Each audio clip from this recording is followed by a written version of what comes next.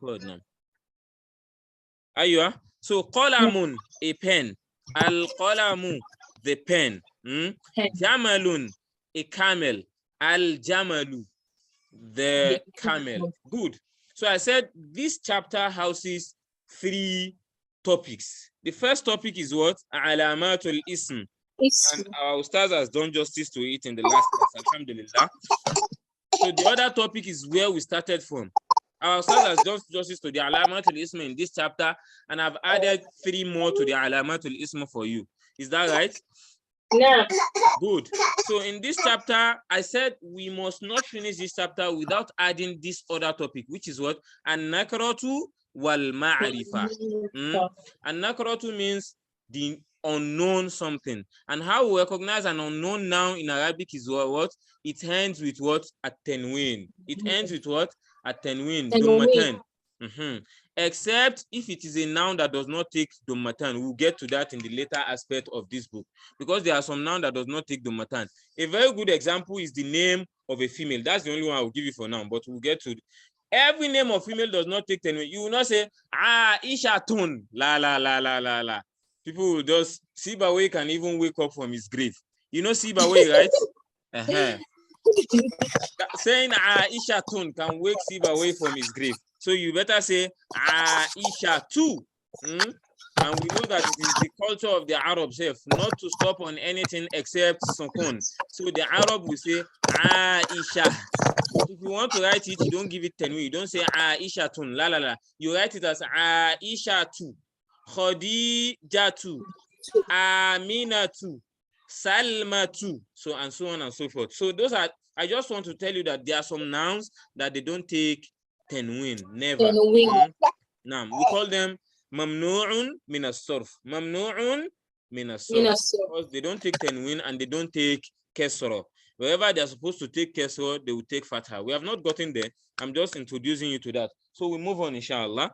So na'am. So the next topic is an-nakratu wal ma'rifa, and we've done that. We said nakratu takes tanween and it does not take alif and lam, and it means a something. That thing that we don't know about is just something in general. A pen, qalamun, kitabun, a book. So, and I said al-ma'rifatu means the known, something that is known. When I say al-ustadhu, ja al-ustadhu, so the teacher has arrived. That means we know the teacher.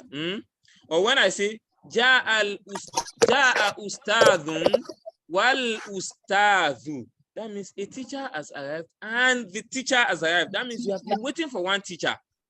That teacher has arrived. He now came again with another teacher that you don't know. I hope you understand. So that is that about an-nakratu wal ma'rifa. So the third thing, the third subtopic under this chapter is what? Al-mubtada'u wal khabaru. What did I call it? Al-mubtada'u wal khabar. Mashallah, barakallahu fiqh. So al-mubtada'u wal khabaru, and that is where you see that they started adding something to the what?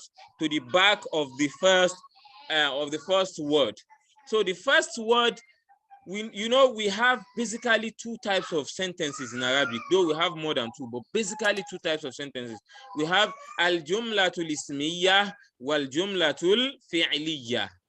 So here now we'll be talking about al-jumlatul ismiyyah because that is the one we need for this class. So al-jumlatul ismiyyah is just what we call as what? Al-mubtada'u wal khabaru. Al-jumlatul ismiyyah is a noun that starts with what? Is a sentence, sorry. Jumla is a sentence, sorry. So al-jumlatul ismiyyah is a sentence that starts with a noun. Al-jumlatul ismiyyah is a sentence that starts with a what? A noun. With a noun, that starts with al-ism. That is why we name it al-jumlatul ismiyyah. It's very common in Arabic. We name something by the beginning. You know that nun wal qalami wa ma yasturun. They give the surah what name? Suratul Qalam. So like that. Suratul Humazah. Wailul likulli humazatul lumazah. So it's very common in Arabic that you name something with the beginning of that thing. So jumlatul ismiyyah because an ism starts it. So now let's go. So jumlatul ismiyyah is made up of 2 major components. Though you may also come across some other things after you might have seen those 2 major components. You see your al-mubtada'u. Ibtida, what's the meaning of ibtida in Arabic? Ibtida. Naam. Or bada'a. What's the meaning of bada'a? Is that news or what? No. Ibtida means beginning. Oh, beginning. That's why you say ibtidai. Ibtidai used to be the beginning part of every madrasa. Ibtidai, that's beginning. I'dadi, that's the next stage. Then thanawi, that's the next stage. Then you go to jamia. So ibtidai. So that's where this thing gets its name from ibtada'a, to begin. Yebtadi'u, ibtida'an. So like that. So mubtada. Mubtada is a noun that starts the sentence. So we call it ismun marfu'un fi bidayatil kalma. Ismun marfu'un fi bidayatil kalma is a noun that takes raf'u, that takes dhamma in the beginning of a sentence. In the beginning of a sentence. So in this sentence, al-qalamu maksurun. What is my mubtada? That's column. That is al-qalamu. Say it. Al-qalamu, because that is part of the characteristics of al-mubtada. It will come with what? Alif and lam. Or let me say, it will be in ma'rifa form. It will be in what? Ma'rifa form. Because it is not only alif and lam that we used to give something ma'rifa, but it's the most common way of giving something ma'rifa. It's the most common way of giving something ma'rifa. Because if I say every name, every proper noun is in ma'rifa form already. If I say muti'ullah, that is in ma'rifa form already. If I say Muhammadun, that's in ma'rifa form already. If I tell you Muhammadun, that means you know who I'm talking about, right? So if you want to separate it specially, you can now say Muhammadun wal Muhammad, and so on. So we'll soon get to that. But I just want to tell you that it's not only alif halam that used to give something ma'rifa, but for the purpose of this class, we'll be checking examples most with what? With alif and lam. Naam. Al-qalamu maksurun. Alhamdulillah, Ustaz has informed us the meaning of all these things, inshallah. Al-qalamu maksurun. Now you will not say a pen is broken. You say the pen. Al-qalamu. The pen is broken. Naam. Are we together? So here, al-qalamu is what? Mubtada. Marfu'un, that has raf'un. Maksurun is what? Khobar. Maksurun is what? Khobar. Part of the definition of mubtada is that what? It does not complete itself. Like for example, if I enter the class now and I start shouting al-qalamu, al-qalamu, al-qalamu, the pen, the pen, the pen, you will ask me, ma bil qalam? What happened to the pen? So that is why mubtada is incomplete without having khobar. Khobar is what we call predicate or information. So subject and predicate. Subject is al-qalamu, or let me say the noun that starts the sentence. Maksurun is the one that comes to complete the sentence. Al-qalamu, the pen. Maksurun is broken. So it makes a lot of sense when you add your khobar to your mubtada. So khobar always come as well. It also comes marfu'un. It's also called with raf'un, basically dhamma, right? It also comes with raf'un. So what again? Another thing I need to say about khobar is if your mubtada is feminine, your khobar will also be what? Feminine. So if you want to say at-tilmidhatu, if I say waqifun is standing, what are you going to say? You say waqifatun, qa'imatun, na'imatun, tawilatun, so and the likes. So if your mubtada is masculine, your khobar will be masculine. If your mubtada is feminine, your khobar will be feminine. So if your mubtada is mufrad, if your mubtada is singular, your khobar will be what? Singular. If your mubtada is in dual form, your khobar will be in dual form. So they always go in line with each other. Naam. I think so. I can move on now. Al-babu maftuhun. The door is opened. Al-waladu jalisun. The boy is sitting. Al-mudarrisu waqifun. The teacher is waqifun. Okay, wal mudarrisu waqifun. And the teacher is standing. Alhamdulillah, Ustaz has told us the meaning of it, so I'll just move on to it. Al-kitabu jadidun. The book is new. والقلم قديم, and the pen is old. الحمار صغير, the donkey is small. والحصان كبير, and the horse is big. الكرسي مكسور, the chair is broken. المنديل وسخ. نعم. This is another thing I feel is important I talk about. It is not واسخ, and it is not وسيخ. لا مد بين مع الوا ولا مد مع السين. Wa does not have maddi and sin does not have maddi. So it is what? Al-mindilu wasikhun. Wasikhun. No maddi anywhere. I noticed that too. So al-mindilu mada? Wasikhun. The handkerchief is what? Is dirty. Al-ma'u baridun. The water is cold. Al-qamaru jamilun. The moon is beautiful. Al-baytu qaribun. The house is near. Wal-masjidu ba'idun. And the mosque is far. Al-hajaru thaqilun. The stone is heavy. Wal-waraqu khafifun. And the paper is light. Na'am. Waraqu could mean two things. It could mean paper. It could mean leaf. It could mean leaf. Why we say it could mean leaf is that Allah subhanahu wa ta'ala used this as leaf in the Quran, where he said no leaf would fall except with his knowledge. Wala tasqutu waraqah aw kama qala. I've forgotten the nasu of the ayah, but that he used waraqah for leaf there. So leaf could mean sheet of paper, not book. Book is what? Daftarun, exercise book. If it is textbook, it is what? Kitabun. But it is waraqah, it is waraqun when you mean to talk about paper. Are we together? No. Or leaf. So, and that is why they used to call our book, we say 40 leaves, 20 leaves. It's because they took it from the Quran. The Quran has called leaf waraq. I hope we are together. No. Naam, al-labanu harun, the milk is hot. Al-qamisu nadhifun, the shirt is neat. The shirt. Al-qamis is shirt. We've talked about that before. So your test now, iqra waktub, iqra waktub, iqra waktub. I think there's no new word here, alhamdulillah. There's no new word in all this iqra waktub. Right? No. Naam, imla il-faragot, you have done all that. Naam. I think that will suffice, inshallah. So al-kalima. Can you please say the actual meaning of the first one? Ayya, mashallah, barakallahu fik. Iqra, read, waktub, and write. Ma'a dabti awakhiril kalimat, with pointing the last part of the word. You know that normally in Arabic, I said it the other time, we don't really care about the last part of the word. Are we together? No. But now they want to test your knowledge of the last part of the word. Like masjidun, they want to see that tenwin. Normally, if they are in advanced class, they don't care about if you even put any haraka, but they need the last part. That's why they said ma'a dabti awakhiril kalimat, with special importance. When I say dawabit, it means guideline. That is, with that dawabit, dabtu means guideline. Dawabit is the plural. Dawabit.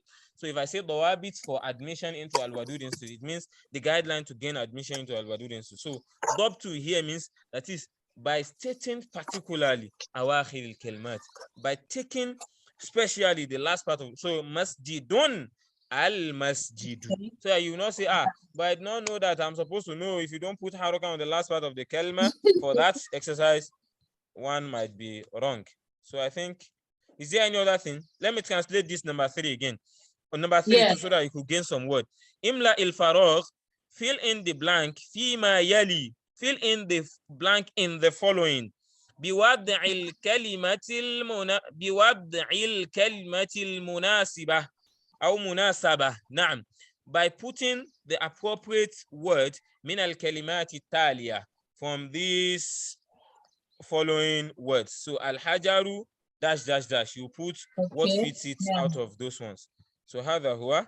So imla il-faragh, fill in these blanks. فيما يلي, the following blanks, is still the same thing. So now they are not giving you any word now. They just want you to fill it with any of those adjectives. Khobar also means adjective. Khobar means adjective. You know heavy is an adjective, right? Yeah. Khafifun, thaqilun. Thaqilun is heavy, is an adjective. So they want you to fill, now here they want you to bring in the word they want you to bring in the subject, the mubtada, a mubtada that fills it. It might not be qamisun, it might be mindilun, it might be anything that can be neat, put it in front of nadhifun. Anything that can be cold, put it in front of baridun. You know that it will be very wrong for someone to now say al ustadhu baridun, the teacher is cold. That's a very wrong answer. Yes. Except if you want to abuse your teacher. God forbid that. So al kalimatul jadida, the new word al qamaru, the moon, nadhifun, Neat. neat. Naam, kabirun, big, khafifun, light, jadidun, new, harrun, hot, maftuhun, opened, jamilun, new. Oh, beautiful, sorry. Jamil, sorry. Afwan, sorry. Jamilun, beautiful. Qadimun. Old. Old. Naam, old. That is ancient. Baridun, cold. Maksurun, broken. Waqifun, standing. Wasikhun, no mad whatsoever. Wasikhun, dirty. Yeah, most people used to make mistake because you can see that most of these adjectives come in the same line. It's either they come as tawilun, fa'ilun, or they come as fa'ilun. It's either they come as fa'ilun or fa'ilun, but this one defied that order. It defied the order. So it comes as fa'ilun, wasikhun, saghirun, small, thaqilun, heavy, jalisun, standing. I think that suffices. Okay, najmun, star, and najmu, the star. Deacon, rooster or cock, is different from dajaja. Dajaja is hen, the one that lays egg. But deacon is rooster. Ad-diku, the cock, the rooster. Rajulun, a man. Ar-rajulu, the man. Talibun, a student. At-talibu, the student.